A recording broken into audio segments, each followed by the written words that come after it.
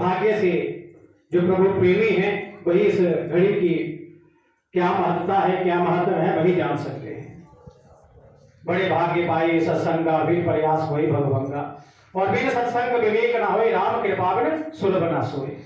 भगवान की कृपा के बिना ये घड़ी की प्राप्ति, इस सत्संग की प्राप्ति नहीं होती। लेकिन इस महत्व को, इस सत्संग के महत्व को वही जानते हैं जिनका प्रभु के साथ, राम के साथ, कृष्ण के साथ प्रेम है। जो शराब पीने वाले हैं, जो मांस खाने वाले हैं, जो दूसरों को तंग करने वाले हैं, ब्राह्मण को इत्यादि गालियां निकाली, इधर मार पिटाई कर ली, गौ माता को तंग कर लिया, संत महात्मा को तंग कर लिया, ये उनके बस की बात नहीं है। वो नहीं इस घड़ी को समझ सकते, क्योंकि शराब पीने वाले, मांस खाने वालों को तो बस राक्षस प्रवृत्ति से उनमें लड़ाई झगड़ा, क्रोध इत्यादि ही उनको यही अवसर चाहिए। लेकिन जो प्रभु प्रेमी हैं, जो सात्विक आहार करने वाले हैं, जो भगवान को भोग लगाकर प्रसाद ग्रहण करते हैं, तुम्हें निवेदित भोजन करे प्रभु प्रसाद पर भूषण धरे, जो भगवान को भोग लगाकर प्रसाद ग्रहण करते हैं, उस प्रसाद को ग्रहण करने वालों को ही इस घड़ी की सत्संग की महिमा का, भगवान की कृपा का अनुभव होता है, और किसी को नहीं हो सकता। हमारे ये जो सनातन धर्म है, केवल और केवल हमारा सनातन धर्म ऐसा है जिस धर्म में ये बोला जाता है कि सर्वे भवन्तु सुखिनः सर्वे सन्तु निरामया। गुरु ग्रंथ साहिब जी में भी लिखा है कि नानक नाम चढ़ती कला तेरे पाने सर्वदा भला। केवल और केवल एक सनातन धर्म है जो सबका भला मांगता है, और कोई भी धर्म इस बात को नहीं दोहराता। वो केवल केवल अपने बारे में, अपने समाज के बारे में, अपने ही धर्म के बारे में सोचता है। लेकिन सनातन धर्म एक ऐसा है जहां से जितनी शाखाएं, जैसे एक वृक्ष से शाखाएं निकलती है, उसी प्रकार जितनी शाखाएं निकली है धर्म की, ये सनातन धर्म से निकली हुई हैं। लेकिन दुख इस बात का है कि वो फिर भी सनातन धर्म को काटना चाहते हैं। आदि अनादि काल से ऐसे राजा लोग, मुसलमान लोग इत्यादि लोग हुए हैं जो हमारे सनातन धर्म को काटने की, खत्म करने का प्रयास करते रहे हैं, और उनका पहला प्रहार ब्राह्मण ही होता था। अगर ब्राह्मण अपना धर्म छोड़कर दूसरे धर्म को स्वीकार कर लेता है, इस्लाम धर्म स्वीकार कर लेता है या मुस्लिम धर्म स्वीकार कर लेता है, तो बाकी लोगों के लिए वो धर्म स्वीकार करना कोई मुश्किल बात नहीं थी, आसान बात थी।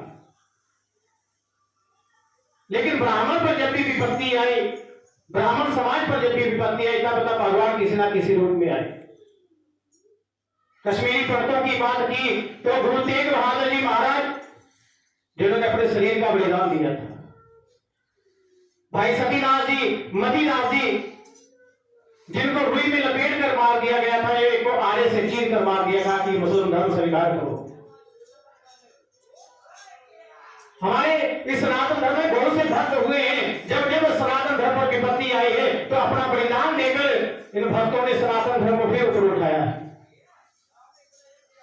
नामदेव जी महाराज भगवान के बहुत बड़े भक्त थे। जब ज्ञानदेव जी के साथ में ये भक्ति का प्रचार करने के लिए, श्री राम नाम संकीर्तन का प्रचार करने के लिए चले, और जब दिल्ली में आए तो दिल्ली के जो सुल्तान थे, मुस्लिम सुल्तान मोहम्मद गौरी, उनको पता चला कि यहां नामदेव, सेन नाई इत्यादि ज्ञानदेव और बहुत से भक्त जो है श्री राम नाम संकीर्तन का प्रचार कर रहे हैं, हरि नाम संकीर्तन का प्रचार कर रहे हैं। तो उन्होंने संदेशा भेजा नामदेव को बुलाया और कहा, हम समझते हैं, हमने सुना है कि जो हिंदू जो है तुम्हारे बस में, सुना है भगवान है, तो हमें भगवान की कोई करामात दिखाओ। नामदेव जी हंसने लगे, हम कोई जादूगर हैं जो कोई करामात दिखाए? कहता, अगर हमने देखना है कि तुम्हारे राम में कितनी ताकत है, जहां अपने राम की कोई करामात दिखाओ, नहीं तो चुपचाप इस मुस्लिम धर्म को स्वीकार कर लो। नामदेव जी कहते, नहीं नहीं, मैं मुस्लिम धर्म को स्वीकार नहीं कर सकता। अपने धर्म का त्याग कर जो दूसरे धर्म को अपनाता है, वो उससे बड़ा पापी संसार में कोई नहीं। क्योंकि से धर्मो रक्षति रक्षता, जो धर्म की रक्षा करता है, धर्म उसकी रक्षा करता है। मैं मुस्लिम धर्म स्वीकार नहीं करूंगा। नहीं माने तो उस मोहम्मद गोरी ने सोचा कि ये मान तो रहा नहीं, तो मैंने तो सोचा है कि हिंदू जो है ये गौ माता के बड़े भरोस है, ये सहन नहीं कर सकते, गौ माता को लाओ। गौ माता को ले आकर गौ माता का सर कसाई से धड़ से अलग कर दिया और कहा, नामदेव जात इस गौ माता को जीवित कर दे, इस गौ को जीवित कर दे, नहीं तो चुपचाप इस्लाम धर्म को स्वीकार कर ले। और इस कथा को गुरु ग्रंथ साहब में पेज नंबर 630 में भी बताया गया है और उसमें कहा गया है, पूछे सुल्तान सुनबे नामा, देखो राम तुम्हारे कामा। सुल्तान पूछ रहा है नामदेव से, नामदेव मेरी बात सुन, बता तेरा राम क्या करता है। नामदेव जी कहते हैं, भाई मेरा दिया कछु नहीं होए, करे जो राम होए सोए। अरे सुल्तान हम कुछ नहीं करते, हम तो केवल भगवान का भजन करने वाले हैं, भजनानंदी हैं। करने वाला तो वो राम है, होता वही है जो राम जी करते हैं, जो उसको पसंद है वही करता है, हम कुछ नहीं करते। कहा इस गाय को जीवित कर, बिस्मिल्लाह बिस्मिल्ली, नहीं तो गौ जीवाए, जहां तो अल्लाह का नाम ले, नहीं तो गौ को जीवा, नहीं तो फिर गौ माता के साथ में तेरा भी सर धड़ से अलग कर दिया जाएगा। नामदेव की माता रोने लगी और रोकर कहती है, रुदन करे नामे की माऊ, रुदन करे नामे की माए, और भजे बिस्मिल्लाह छाड़े राम की, छाड़े राम की भजे बिस्मिल्लाह। कि नामदेव तू इस राम को छोड़ दे और अल्लाह का नाम ले। तो नामदेव जी कहते हैं कि माए, ना मैं तेरा पुंगड़ा, ना तू मेरी माए।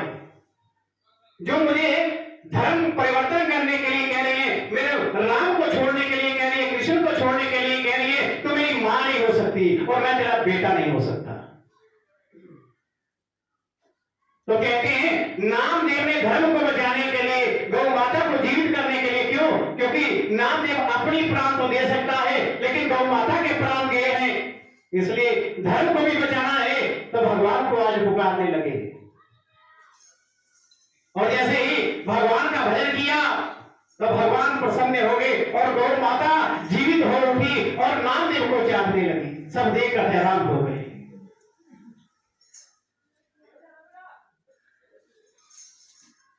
नामदेव जी महाराज ने भी इस धर्म के लिए बहुत कुछ किया और बड़े संत महात्मा इस संसार में हुए हैं जिनके बदौलत हमारा सनातन धर्म फिर जीवित हुआ है।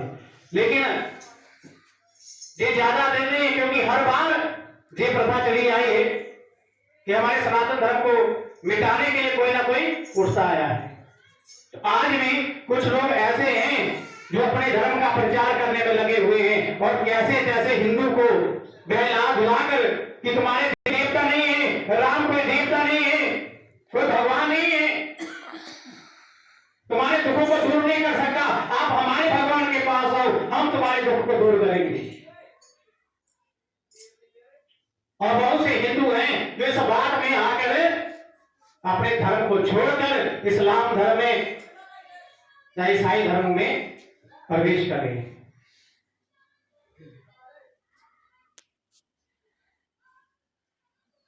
भगवान राम से बड़ा, भगवान श्री कृष्ण से बड़ा संसार में कोई नहीं है, ये हमारे शास्त्र कहते हैं। क्योंकि राम भजन में जाए ना कलेशा, श्री राम तुलसीदास जी महाराज ने, गोस्वामी तुलसीदास जी महाराज ने श्री रामचरितमानस में कहा है कि अगर अपने कलेशों को मिटाना चाहते हो तो राम का भजन करो, भगवान श्री कृष्ण का भजन करो। इसलिए मैं तो इतना जानता हूं, पृथ्वी लोक से लेकर आकाश तक जितनी देह है, साक्षात हनुमान जी, अगर वो हमारी इच्छाओं को पूरा नहीं कर सकते, भुजाधारी मां जगदम्बा हमारी इच्छाओं की पूर्ति नहीं कर सकती, अगर भगवान रावण के 10 सर काट दिए, अगर वो हमारी इच्छा को पूर्ण नहीं कर सकते, हमारे दुख को दूर नहीं कर सकते। भगवान श्री कृष्ण जिन्होंने बहुत से अधर्मियों का नाश किया, धर्म की स्थापना की, अगर वो सुदर्शन चक्रधारी हमारे दुखों को, हमारे कष्टों को दूर नहीं कर सकते, तो फिर 10 फुट जो जमीन में गड़ा हुआ मुर्दा वो क्या हमारी इच्छाओं को पूर्ण करेगा? सोचने की बात है। हमारे सनातन धर्म से परंपरा चली आई है कि राम और कृष्ण के अलावा कोई दूसरा नहीं है, शिव के अलावा कोई तीसरा नहीं है। शिव राम जी को बदलते हैं। हमारे मन में हमारे जो कीड़ा घुस गया है ना, अश्रद्धा रूपी, इधर जाओ, जहां मन्नत पूरी है तो दूसरी जगह चले जाओ, जहां पर पूरी नहीं है तीसरी जगह चले जाओ। मंदिर में ना जाकर हम मजारों में जा रहे हैं, दरगाहों में जा रहे हैं। अगर भगवान राम हमारी इच्छा को पूर्ण नहीं कर सकते, राम भगवान श्री कृष्ण ने दुख दूर कर सके, तो तीसरी जगह मांगने से कुछ नहीं मिलेगा भाई। इसलिए आज जागने की जरूरत है, क्योंकि हमें इन्हीं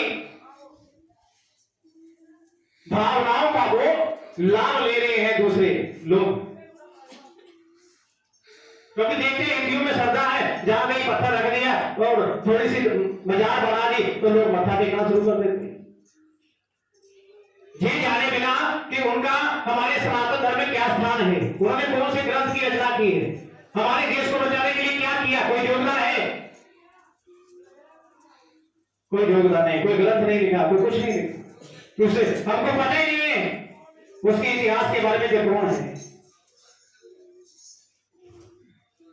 और जैसा किसी ने लगा दिया, लग गए बस, और इसी बात का वो फायदा ले लिया।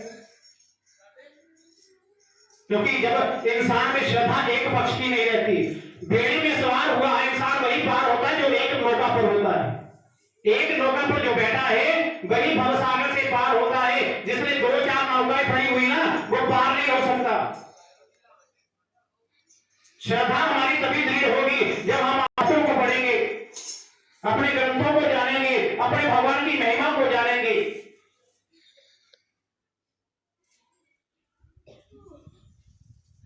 तो आज ये जो धर्म परिवर्तन की जो अंधेरी है बड़ी जोर से चल रही है, और बहुत से लाखों लोग जो हैं धर्म परिवर्तन हो चुका है उनका। और हमारे जो धर्म प्रवक्ता है, कुछ लोग सनातन धर्म के, आरएसएस के, हिंदू परिषद के लोग, इन्होंने एक नियम बनाया है, एक सोचा है कि कम से कम सरकार आने वाली है तो कम से कम हम 1 करोड़ लोग ऐसे एकत्रित करें जो हमारे सनातन धर्म के बारे में लोगों को जागरूक कर सके। कम से कम उनके हस्ताक्षर प्रधानमंत्री तक पहुंच सके, कि ताकि कोई जोर से जबरदस्ती से हमारे धर्म को परिवर्तित ना कर सके, हमारे धर्म को बदल ना सके। किसी के साथ जोर जबरदस्ती नहीं करनी चाहिए। बोले वृंदावन बिहारी लाल